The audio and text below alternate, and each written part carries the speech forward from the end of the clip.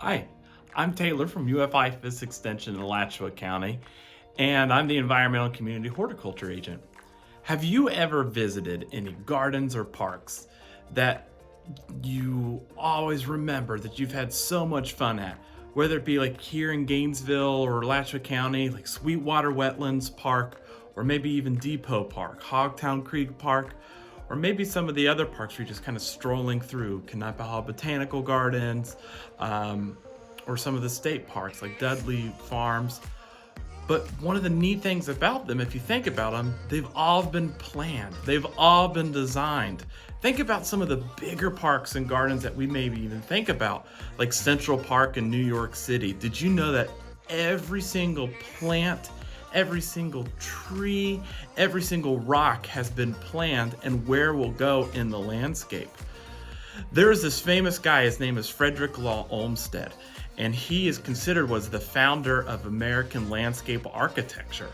And landscape architecture, that is a profession where people like me or other designers, what we do is we design the landscape, we design the parks, anything that's outside of a home. We have the ability to plan and design those places, and part of that is knowing a lot about the different types of plant material that we have.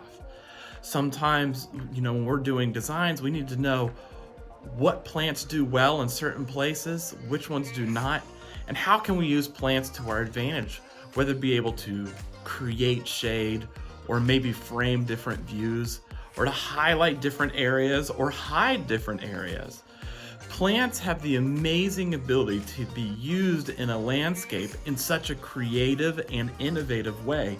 And in landscape architecture or landscape designers have a way that they can do that, and it's a whole career and job. My background is I have 2 degrees in landscape architecture, and I've actually designed gardens and resorts and homes all over the world. But now, as working with Florida Extension or IFAS Extension, my goal is to work with different homeowners on how they can design and plan Florida-friendly landscapes for Florida's water resources, to help protect Florida's water resources. Because if we think about how we plan and create different landscape designs, we know that we can save water, attract different pollinators, as well as just protect Florida's overall environmental conditions.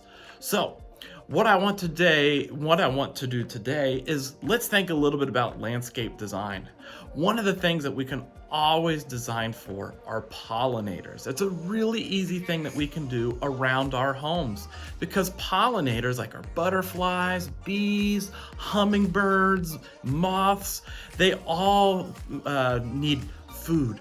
They all need water. They need to have a landscape that provides the basic essentials to live. Just like you at your home, you need to have a bed, you need to have food, you need to have water and that shelter in order to be happy and healthy in your home. And pollinators the same way, and we can do that around our homes. One thing I want us to try doing today is think about how we can start planning and designing our own pollinator bed or pollinator garden around our homes. So it's always fun to take a trip to a local nursery, see what they have. The plants that are growing in full sun, are they flowering? What kind of flowers do they produce? What kind of colors do they produce? And then how can you bring those into your home as well? What plants are growing in the shade? What plants can attract pollinators that thrive in the shade? And those are going to be important plants to bring into those shadier conditions as well. So go visit your local nursery and garden and see what are attracting some of the pollinators there, and can you bring those into your own home?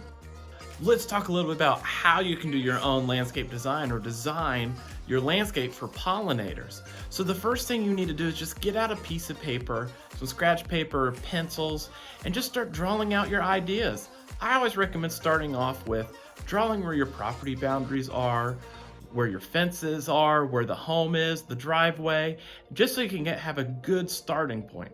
But then after that, I always like to identify where are the different environmental conditions or the growing zones that I could break up in my yard. For example, what areas have full sun, what areas have full shade. So I like to go ahead, or at least for pollinator gardens, I like to think of what are those full sun areas, because that's just where you're going to get some of the most plants or variety of plants that you can use for a pollinator garden. Next, I just want to identify what my bed lines will be. Where will my garden be? How will it fit on my existing property? Next, what I want to do is I think about the tall trees. Once I have my bed lines identified, do I want to bring any big trees or medium-sized trees in the landscape or in the part of that garden, because they can help provide habitat and structure for a lot of those pollinators and birds that like to visit our landscapes. So once I have that identified, I then just start to create, like, where are all the different plants that I would like? How do they fit within it? And when I do this, I just like to draw fun little colorful bubbles. And when I think of those bubbles, I like to think about what that plant could be. I may not necessarily have that plant identified yet, but at least I have an idea of what that plant will look like. So then when I go to the nursery, I can start to look at what plants fit my design. But having that landscape design that you can sketch out is a great way for you at least to create a plan, create a roadmap that you can work with your parents or other family members to design these places that you can bring pollinators into your garden. But also, it's going to give you really good practice, because if you want a career in landscape architecture or landscape design, this is essentially what you would get to do almost every single day. So try it out. Try it out in your landscape, in your garden, and create your own pollinator garden.